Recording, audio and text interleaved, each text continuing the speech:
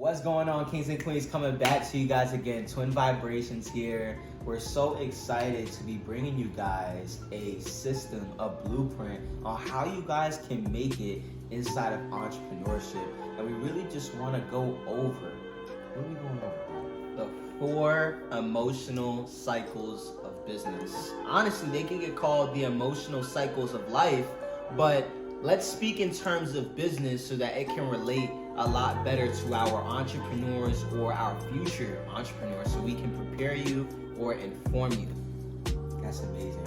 Well, let's get started. Danny's going to be going over the first 2 emotional cycles of business, and I'll be going over the last 2. The last 2 are the valley of despair and informed optimism. But what are the first 2?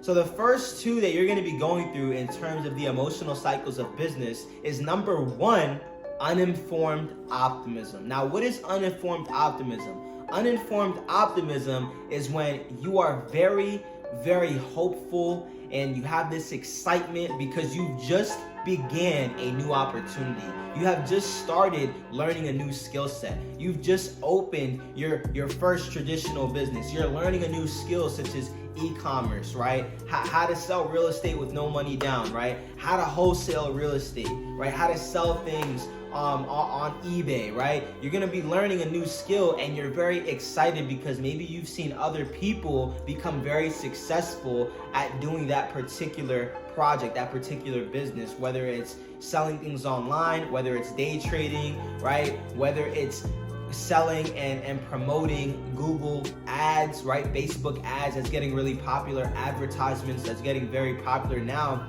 But you know, when you are in this stage of uninformed optimism, you're very unaware. And when I say unaware, I'm saying unaware of the challenges. You're unaware of what actually comes with the business, you know, what you're gonna be up against, the certain obstacles and trials that you're gonna have to overcome. You're just in this very hopeful position. You're like, you know, I can do this. I feel excited. I feel great. And I know that everything's gonna work out.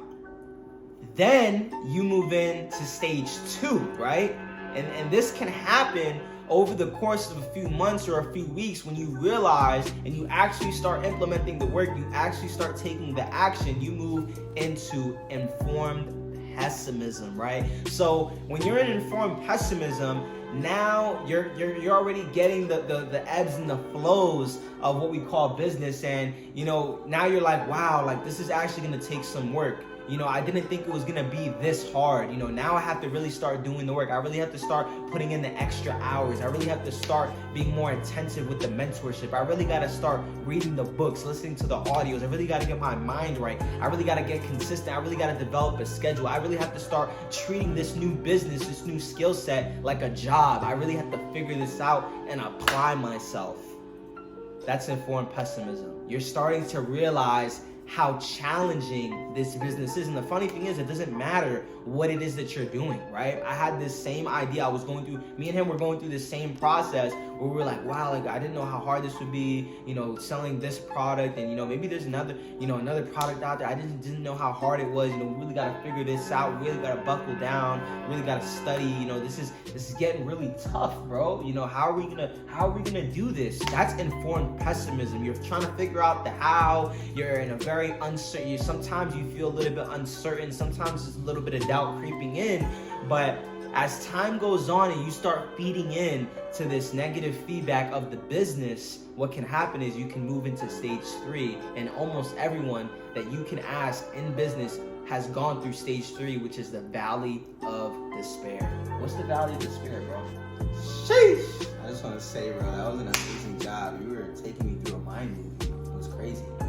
Valley of despair, wow. What a tough time. Been through the valley of despair. I've been through the valley of despair myself. In life and we in both business. have in life and in business. I remember, you know, it seems like every activity, every life situation has a challenge, you know, and you have to overcome that challenge. Doesn't matter what And business new you're in. devils means new levels means new devils, right? That translates to new devils. And you just have to be aware when you're going after something great, you're going after something, you know, extraordinary, you're going after something fulfilling, something that's going to set you free financially, spiritually, with, you know, your finances, your mental.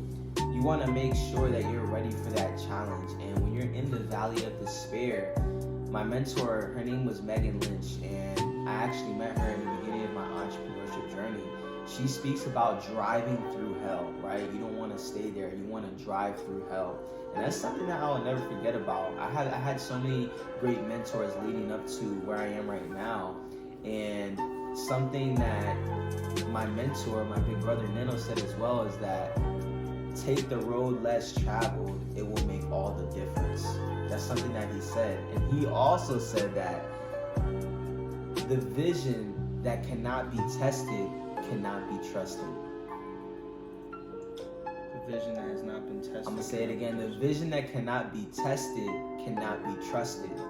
So it's so important that when you're tested, you have faith, right? Because you're in the valley of despair. You might be, experiencing a breakup. You might be, down with your finances. You might be, you might feel like your whole world is spiraling out of control. You're falling, you fell from the sky so many times, right? Like you're in that feeling of despair. And the best way to get out of it is looking for hope, right? That's the next feeling that you can gravitate to after despair, looking for hope, right? Once you get to that hope stage, that hope feeling, you want to transition to anger, right? You want to transition to anger right after that. You want to get angry at your situation. You don't want to get so much angry at yourself. I did, I'm not going to lie, but you want to get angry at yourself because you're not taking enough action.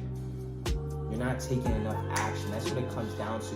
When you think, you doubt. When you doubt, you don't do anything. When you don't do anything, you think.